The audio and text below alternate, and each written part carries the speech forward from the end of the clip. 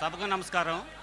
మరి ఈ రోజున ఈ రైతు దీక్ష అని చెప్పి మన ప్రీతమ నాయకులు మరి ఈ విధంగా ధర్నా చేస్తుంటే వారవలేక ఈ యార్డు చైర్మన్ గారు అంటాడు, ఇప్పుడు ఇక్కడ ఉండి నేను 8,000 రూపాయలు ధర ఇచ్చానని చెబుతున్నాడు. ఆ రోజున ఎమ్మెల్యే మన ప్రీతమ నాయకులు జగన్మోహన్ రెడ్డి గారు మరి ఆ రోజున ఈ మొన్న చేసిన నిరాహార దీక్ష చేస్తానన్న చెప్పిన తర్వాత ఈ విధంగా 8,000 ధర మేము ఇస్తున్నాము, 1,500 మేము వేసుకుంటామని చెప్పి ఇవాళ సవాళ్ళు చేసే ఆ మనిషి అంతకు ముంగలు ఏం చేశాడో చెప్పమానండి.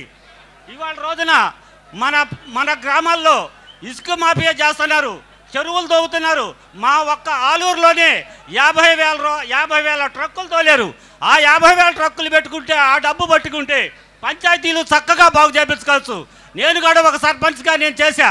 కానీ నేను గ్రామంలో చెరువులు బాగు చేపిస్తుంటే రైతు వారికి ఎంత కావాలో మట్టి తోలుకండి, సేనరాజు ఎంత అంటే 100 రూపాయలు. ఆ 100 రూపాయలకి మీ ఇంట్లో ఎవరైనా ₹1 అడిగితే చెప్పు తీసుకుని కొట్టమని చెప్పాను.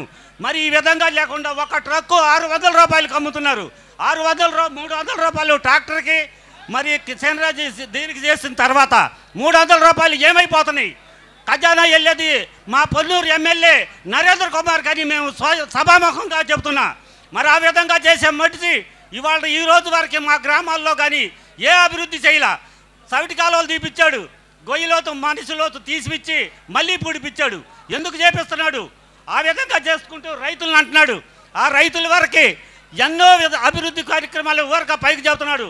మా మనుషులు అనుకున్న వాళ్ళకి పింఛన్లు లేకుండా చేశాడు. మరి ఆ విధంగా చేసి ఎంతో బాధలు పెడుతున్నాడు. అనుకోకుండా చిన్నపిల్లలు వాళ్ళ కట్టెలు వాళ్ళు కోసుకుని మా పిల్లల మీద పెట్టి ఎంత హింసించాడో ఆయనకి తెలుసు, ఇక్కడ జరిగిన పెద్దవాళ్ళందరికీ తెలుసు. మా పిల్లల్ని మేము తీసుకొచ్చుకోవాలంటే ఎంతో బాధపడ్డాం. మరి అదేవిధంగా జగన్మోహన్ రెడ్డికి మేము ఎప్పుడూ అండగానే ఉంటాం. మరి రాజశేఖర్ రెడ్డి గారికి మరి ఇవాళ ఇక్కడున్న రాజశేఖర్ గారికి సభకు ఇక్కడికి వచ్చిన ప్రతి ఒక్కళ్ళకు ధన్యవాదాలు చెప్పుకుంటూ సెలవు తీసుకుంటున్నాను.